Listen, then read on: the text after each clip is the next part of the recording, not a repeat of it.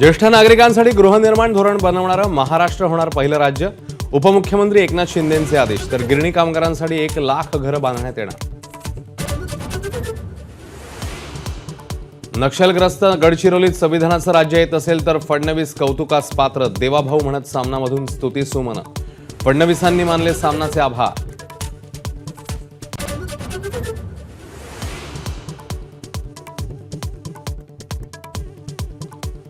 पुण्याच्या चाकणमधील ज्योतिबा फुले आणि सावित्रीबाई फुलेंच्या पुतळा अनावरण सोहळ्यासाठी पवार आणि भुजबळ एकाच मंचावर.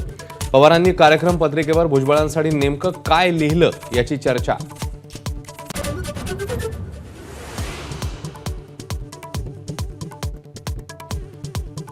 नायगावमध्ये सावित्रीबाई फुले जयंतीच्या निमित्ताने फडणवीस आणि भुजबळांचा एकत्र प्रवास. एकमेकांचं तोंड भरून कौतुक, पण मंत्रिपदाबाबत चर्चा झाली नसल्याचं फडणवीसांचं स्पष्टीकरण.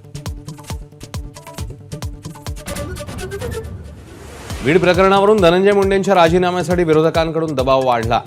राजीनामा घेतला पाहिजे, प्रणिती शिंदेंची मागणी. तर नैतिकतेच्या आधारे निर्णय घ्यायला हवा, सुप्रिया सुळेंची भूमिका. इलेक्शन फंडिंगच्या प्रकरणातून संतोष देशमुखांची हत्या. आमदार जितेंद्र आव्हाडांचा खळबळजनक आरोप. तर हत्या प्रकरणातील काही जणांनी वाल्मिक कराडने बदली केल्याचा सुरेश धस यांचा दावा. जितेंद्र आव्हाडांच्या पत्रकार परिषदेत ठाण्याच्या स्पेशल ब्रांच पोलिसांकडून व्हिडिओ शूटिंग. पोलिसांनी आमच्यावर वॉच ठेवण्यापेक्षा वाल्मिक कराडवर वॉच ठेवावा, आव्हाड भडकले.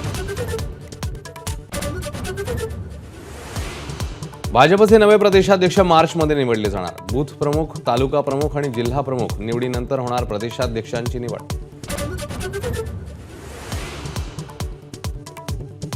ठाण्यातल्या मुंबऱ्यामध्ये हिंदी भाषिक फळ विक्रेत्याकडनं मराठी तरुणाला शिवीगाळ. फळ विक्रेत्याला मराठीत बोलण्यास सांगितल्यानं आला राग. मराठी तरुणावरच गुन्हा दाखल. हा लहान मुलींचा वाद असल्याचं जितेंद्र आव्हाडांचं वक्तव्य.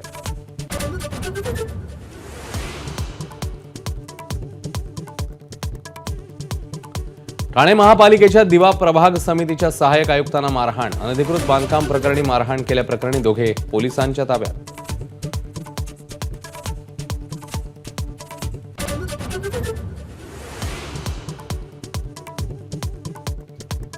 चालू आर्थिक वर्षात परकीय गुंतवणूक दुप्पट होण्याची शक्यता. 6 महिन्यातच 1,13,000 कोटींची गुंतवणूक झाल्याची मुख्यमंत्र्यांची माहिती. एबीपी माझा, उघडा डोळे बघा नीट.